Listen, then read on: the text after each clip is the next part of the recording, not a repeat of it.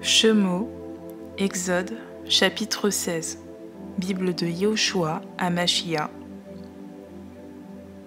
Et toute l'assemblée des enfants d'Israël, étant partie d'Élim, vint dans le désert de Sin, qui est entre Élim et Sinaï, le 15e jour du second mois, après qu'ils furent sortis du pays d'Égypte.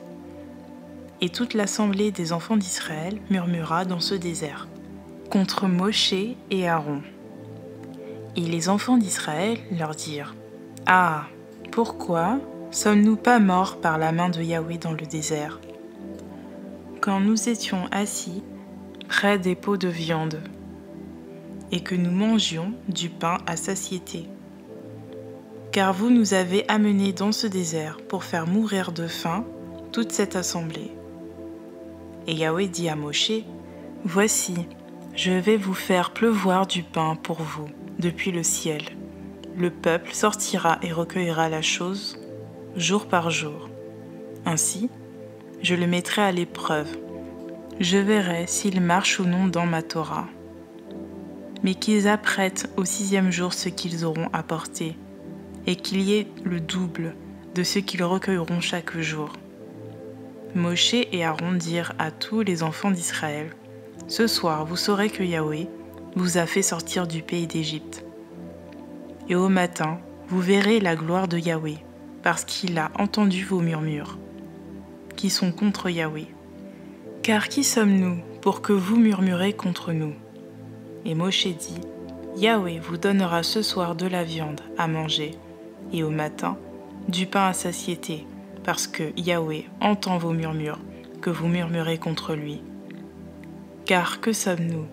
Vos murmures ne sont pas contre nous, mais contre Yahweh. » Et Moshe dit à Aaron, dit à toute l'assemblée des enfants d'Israël, « Approchez-vous de la présence de Yahweh, car il a entendu vos murmures. » Or, il arriva qu'aussitôt qu'Aaron eut parlé à toute l'assemblée des enfants d'Israël, ils regardèrent vers le désert, et voici, la gloire de Yahweh apparut dans la nuée.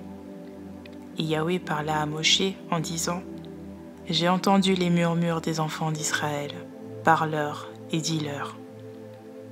Entre les 2 soirs, vous mangerez de la chair, et au matin, vous serez rassasiés de pain. Vous saurez que je suis Yahweh votre Elohim. » Le soir, des cailles montèrent et couvrirent le camp, et au matin, il y avait une couche de rosée tout autour du camp. Et lorsque cette couche de rosée fut dissipée, voici sur la surface du désert, il y avait une petite chose ronde, aussi petite que la gelée blanche sur le sol. Quand les enfants d'Israël la virent, chaque homme dit à son frère, « C'est la manne », car ils ne savaient pas ce que c'était. Et Moshe leur dit, « C'est le pain que Yahweh vous a donné à manger. Voici ce que Yahweh a donné. Que chacun en recueille autant qu'il lui en faut pour sa nourriture, un homé par tête, selon le nombre de vos personnes. Chacun en prendra pour ceux qui sont dans sa tente. » Les enfants d'Israël firent donc ainsi, et les uns en recueillirent plus, les autres moins. Et ils le mesuraient par homé. Celui qui en recueillait beaucoup n'avait rien de trop, et celui qui en recueillait peu n'en manquait pas. Mais chacun recueillait ce qu'il lui fallait pour manger. Et Moshe leur avait dit que personne n'en laisse rien de reste jusqu'au matin. Certains n'obéirent pas à Moshe, et en laissèrent jusqu'au matin, mais les vers s'y mirent, et cela sentait mauvais. Et Moshe se fâcha contre ces gens. Ainsi, chacun en recueillait tous les matins autant qu'il lui en fallait pour se nourrir. Et lorsque la chaleur du soleil était venue, elle se fondait. Mais le 6e jour, ils recueillirent du pain en double, 2 homés pour chacun. Les princes de l'assemblée vinrent pour le rapporter à Moshe. Il leur dit, « C'est ce que Yahweh a dit. Demain est le repos, le Shabbat. consacré à Yahweh. Faites cuire ce que vous avez à cuire. Faites bouillir ce que vous avez à bouillir. Et tout ce qu'il y aura en surplus, mettez-le en réserve pour le garder jusqu'au matin. Ils le mirent donc en réserve, comme Moshe l'avait ordonné, et il ne sentit pas mauvais, et il n'y eut pas de verre dedans. Alors Moshe dit, mangez-le aujourd'hui, car c'est aujourd'hui le repos de Yahweh. Aujourd'hui, vous n'en trouverez pas dans les champs. Durant 6 jours, vous le recueillerez, mais le 7e est le Shabbat. Il n'y en aura pas ce jour-là. Au 7e jour, quelques-uns du peuple sortirent pour en recueillir, mais ils n'en trouvèrent pas.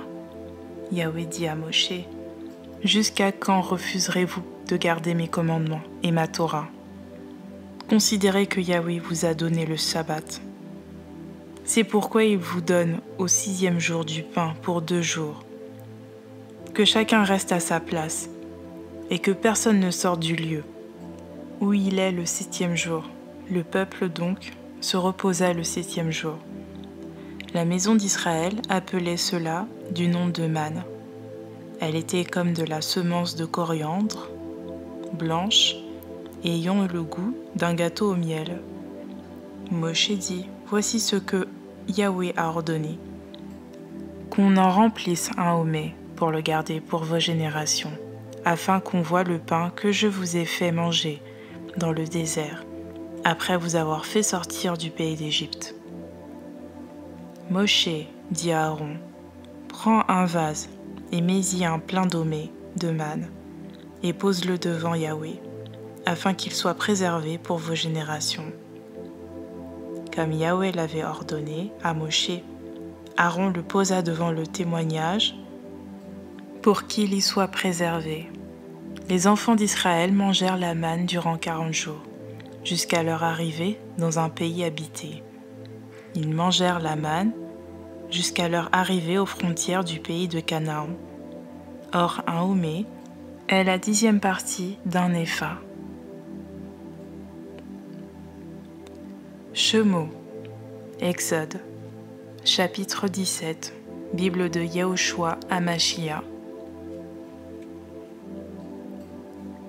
Toute l'assemblée des enfants d'Israël partit du désert de Sin, selon les marches que Yahweh leur avait ordonnées. Ils campèrent à Rephidim, où il n'y avait pas d'eau à boire pour le peuple. Le peuple contesta avec Moshe, et ils lui dirent, « Donne-nous de l'eau à boire. » Et Moshe leur dit, « Pourquoi contestez-vous avec moi? Pourquoi tentez-vous Yahweh ?» Le peuple eut donc soif dans ce lieu, faute d'eau, et le peuple murmura contre Yahweh. Il disait, « Pourquoi nous as-tu fait monter hors d'Égypte? Pour nous faire mourir de soif? Nous, nos enfants et nos troupeaux ?» Moshe cria à Yahweh en disant, « Que ferai-je à ce peuple? Encore un peu, et ils me lapideront. » Yahweh répondit à Moshe, « Passe devant le peuple, et prends avec toi des anciens d'Israël. Prends aussi dans ta main la verge avec laquelle tu as frappé le fleuve, et viens. Voici, je vais me tenir là devant toi sur le rocher d'Horeb. Tu frapperas le rocher. Il en sortira des eaux, et le peuple en boira. » Moshe donc fit ainsi aux yeux des anciens d'Israël. Il appela ce lieu du nom de Massa et Meriba à cause de la querelle des enfants d'Israël, et parce qu'ils avaient tenté Yahweh en disant, « Yahweh est-il au milieu de nous ou non ?» Alors Amalek vint et livra bataille contre Israël à Rephidim. Moshe dit à Yoshua, « Choisis-nous des hommes, et sors pour combattre contre Amalek. Et je me tiendrai demain sur le sommet de la colline, et la verge d'Élohim sera dans ma main. » Yoshua fit comme Moshe lui avait ordonné en combattant contre Amalek. Mais Moshe, Aaron et Our montèrent au sommet de la colline. Et il arriva que lorsque Moshe éleva sa main, Israël était alors le plus fort. Mais quand il reposait sa main, alors Amalek était le plus fort. Les mains de Moshe étant devenues pesantes, ils prirent une pierre et la mirent sous lui. Et il s'assit dessus. Aaron et Our soutenaient ses mains, l'un d'un côté et l'autre de l'autre côté. Ainsi, ses mains furent fermées jusqu'au coucher du soleil. Yahushua donc défie Amalek et son peuple au tranchant de l'épée. Yahweh dit à Moshe, « Écris cela dans un livre, pour en garder le souvenir, et mets-le aux oreilles de Yahushua. Car j'effacerai la mémoire d'Amalek de dessus les cieux. » Moshe bâtit un autel et l'appela du nom de Yahweh Nissi. Il dit aussi, parce qu'une main s'est levée contre le trône de Yahweh est en guerre contre Amalek, de génération en génération. Shemo. Exode, chapitre 18. Bible de Yahushua Hamashiach. Or, Yitro, prêtre de Madian, beau-père de Moshe, apprit toutes les choses que Yahweh avait faites pour Moshe et pour Israël son peuple. Comment Yahweh avait fait sortir d'Israël de l'Égypte. Yitro, beau-père de Moshe, prit Tsipora, la femme de Moshe, après que Moshe l'eut renvoyée. Et les deux fils de cette femme, dont l'un s'appelait Gershom, car il avait dit « Je suis en étranger, sur une terre étrangère ». Et l'autre, Eliezer, car il avait dit « L'Élohim de mon père m'a secouru et m'a délivré de l'épée de Pharaon ». Yitro, donc, beau-père de Moshe, vint vers Moshe avec ses fils et sa femme, dans le désert, où il était campé, à la montagne d'Élohim. Il fit dire à Moshe, « Yitro, ton beau-père, vint vers toi avec ta femme et ses deux fils avec elle. » Moshe sortit à la rencontre de son beau-père. Il se prosterna et l'embrassa. Ils s'informèrent mutuellement de leur santé. Puis ils entrèrent dans la tente. Moshe raconta à son beau-père toutes les choses que Yahweh avait faites à Pharaon et aux Égyptiens en faveur d'Israël, et toute la détresse qui les avait atteints en chemin, et comment Yahweh les avait délivrés. Yitro se réjouit de tout le bien que Yahweh avait fait à Israël, parce qu'il les avait délivrés de la main des Égyptiens. Puis Yitro dit, « Béni soit Yahweh qui vous a délivrés de la main des Égyptiens, et de la main de Pharaon, qui a délivré le peuple de la main des Égyptiens.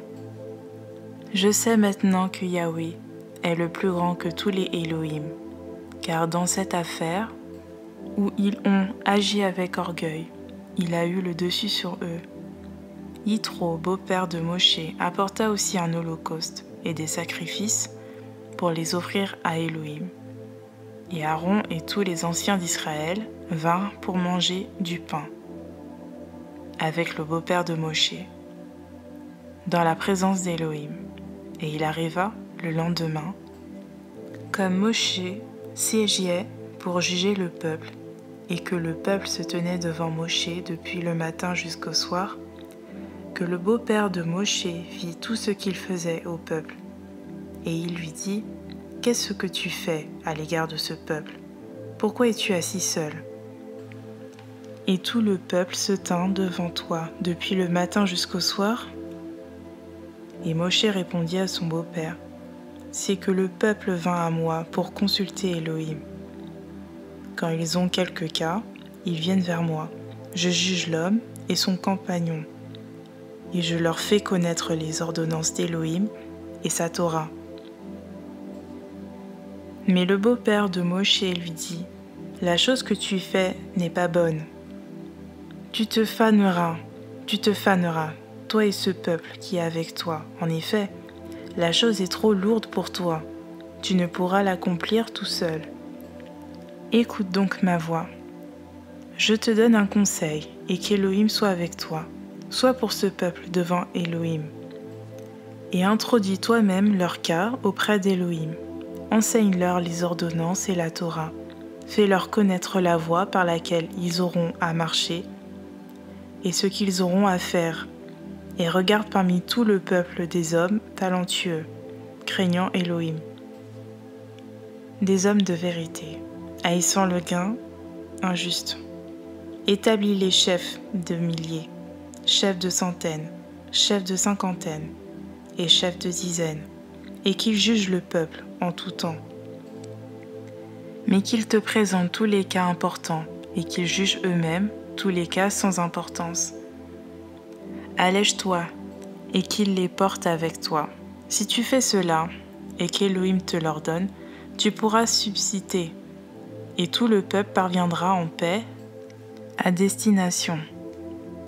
Moshe donc obéit à la parole de son beau-père et fit tout ce qu'il lui avait dit.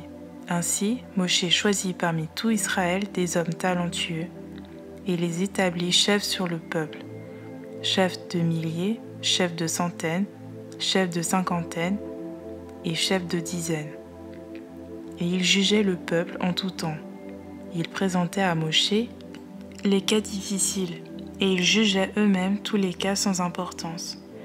Puis Moshe laissa partir son beau-père, qui s'en alla dans son pays. Shemo, Exode, chapitre 19, Bible de Yehoshua Amashia.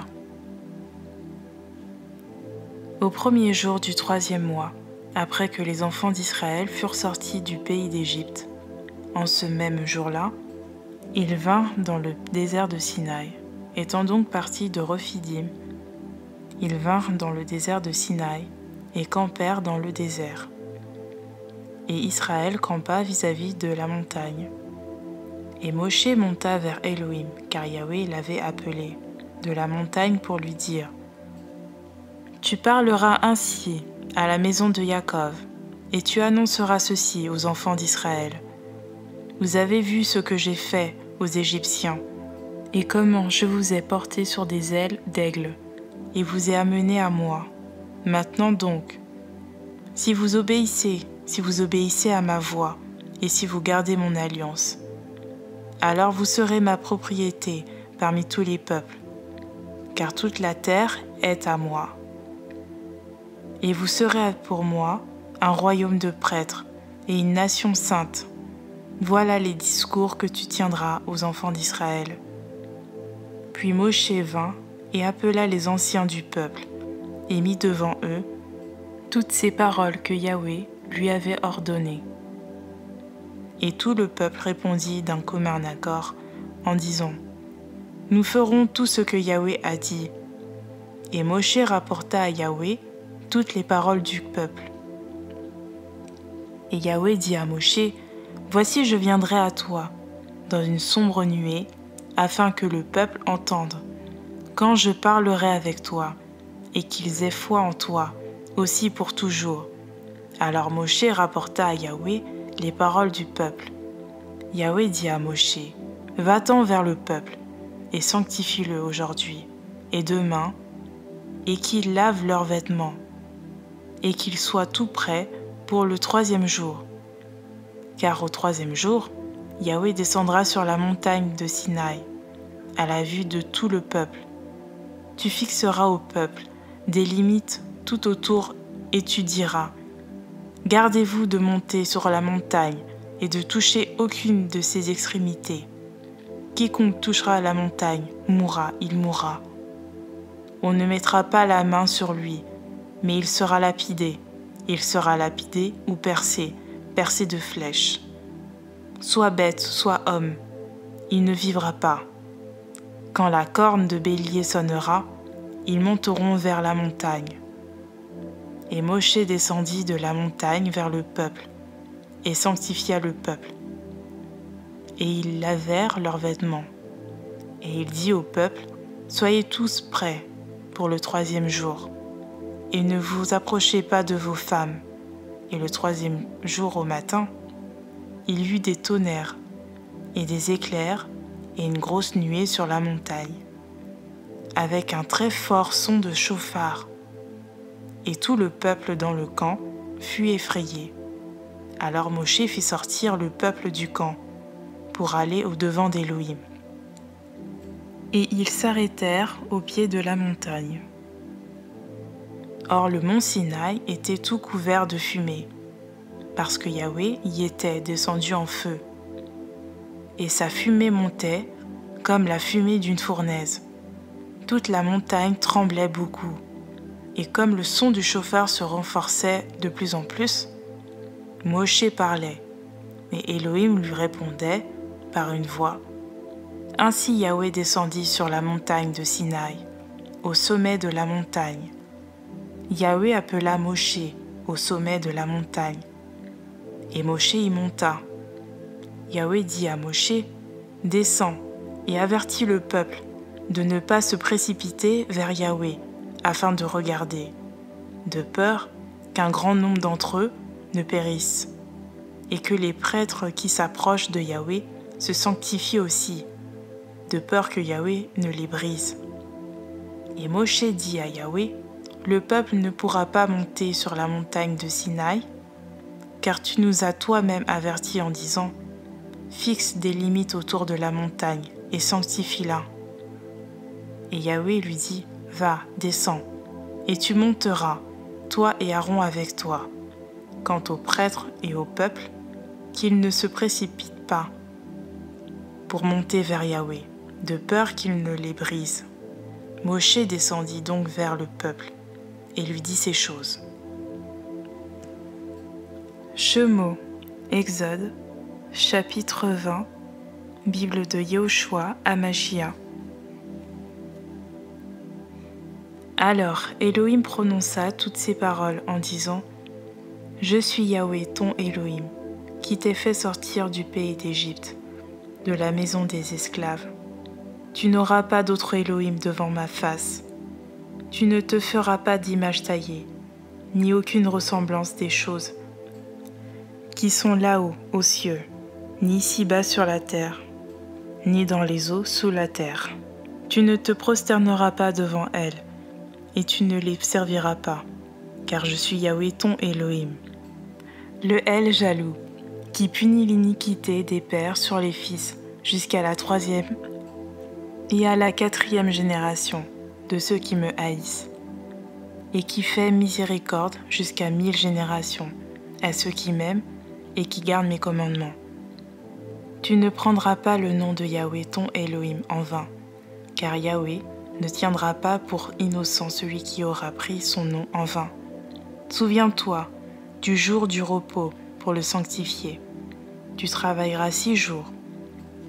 Tu ne feras aucune œuvre en ce jour-là, ni toi, ni ton fils, ni ta fille, ni ton serviteur, ni ta servante, ni ton bétail, ni l'étranger qui est dans tes portes.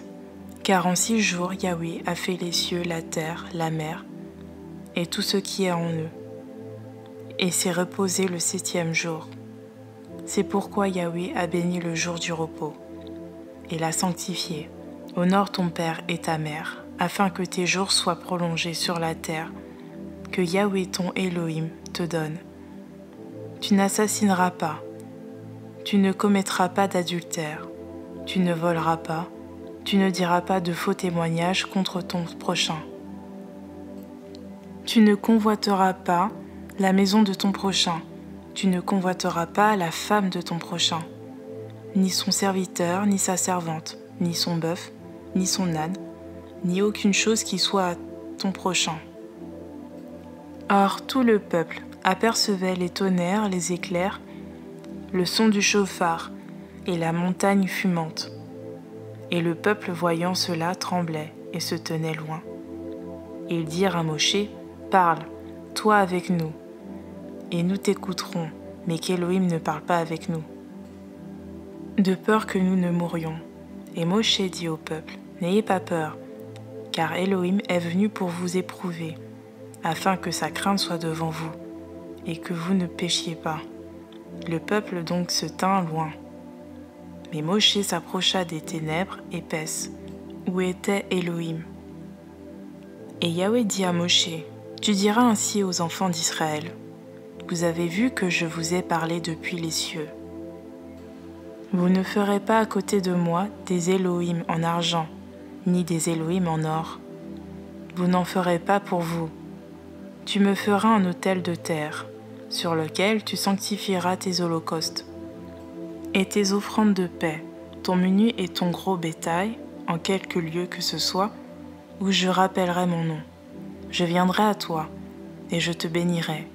Si tu me fais un autel de pierre, tu ne le bâtiras pas en pierre taillée, car en passant ton outil sur la pierre, tu la profanerais, et tu ne monteras pas à mon autel par des marches, de peur que ta nudité ne soit découverte en y montant.